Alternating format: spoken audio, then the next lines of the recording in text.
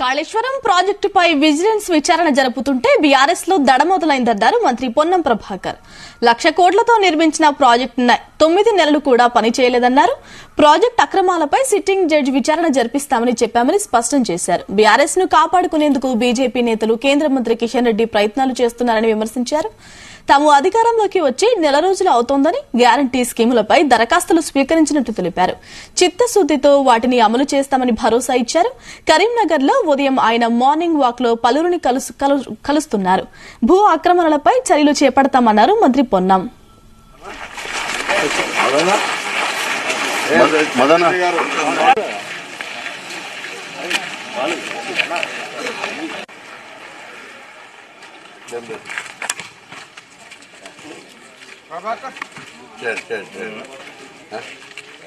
Phone meeting పోయే ముందు phone చేసిండే మీకు యాక్చువల్గా మీటింగ్ రాకముందు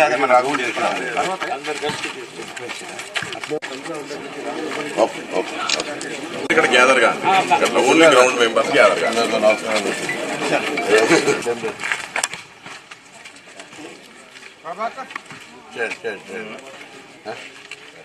ఫోన్ మీటింగ్ పోయే ముందు ఫోన్ చేసిండే మీకు యాక్చువల్గా మీటింగ్ రాకముందు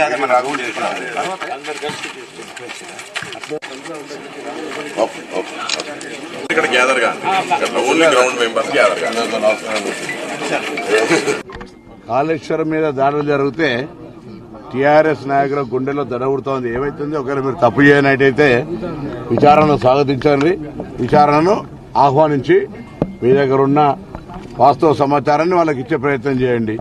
ఈరోజు అంత పెద్ద ఎత్తున 1,00,000 కోట్లు కాబట్టి 90,000 కోట్లు ఖర్చు పెట్టి కట్టిన ప్రాజెక్టు 9 నెలలు కూడా ఉపయోగపడకపోతే ఆ ప్రాజెక్టు నాణ్యత మళ్లీ తిరిగి పునర్మించాలని ఇంజనీర్లు చెప్పిన తర్వాత దాని నిర్మాణానికి సంబంధించిన విషయం మీద విజిలెన్స్ తో పాటుగా సిట్టింగ్ జడ్జితో విచారణ జరుపుతామని ముందే చెప్పినాం.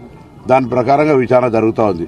దీనికి విచారణకు సంబంధించి తెలంగాణకు సంబంధించిన ఇంజనీర్లు కావచ్చు, ఇతరత్ర ఆ యొక్క ప్రాజెక్టుకు సంబంధించిన తప్పుల అంశాలు ఏమైనా ఉంటే ఆ విజిలెన్స్ అధికారులకు సమాచారం ఇవ్వని కూడా కోరుతా ఉన్నాం. అదేవిధంగా నిన్న మాజీ పార్లమెంట్ సభ్యుడు వినోదరావు గారు ఏదో మాట్లాడుతా ఉన్నారు. బాగా సచ్చీలున్ని, నా అంత నీతివంతులు లేడు, గొప్పని అనుకుంటున్న నీవు ఒకవేళ నీకు ఆ ఉద్యోగం పొందిన వాళ్ళతో సంబంధం లేకపోతే మీరే స్వచ్ఛందంగా ఒక పోలీస్ కేసో లేదా చట్టరీత్యా చర్యలు తీసుకోమని పిటిషన్ ఇవ్వండి. అది మీ సచ్చీలతకు మేము కనీసం పడుతుంది. ఊరికైనా వాళ్ళతో కౌంటర్ కాదు. ఈ విధంగా ఉద్యోగం పొందిన వాళ్ళు ఎవరున్నా దొంగదారిన నిరుద్యోగుల జీవితాలతో పొట్టలు కొట్టి ఎటువంటి పరీక్షలు కానీ ఎటువంటి పద్ధతి లేకుండా దొంగదారిన నియామకం పొందిన వాళ్ళందరినీ వెంటనే ఉద్యోగాలు వదిలిపోండి. న్యాయంగా అర్హత ఉండి మీరు కూడా పరీక్ష రాసి ఉద్యోగం పొందితే మాకు అభ్యంతరం లేదు.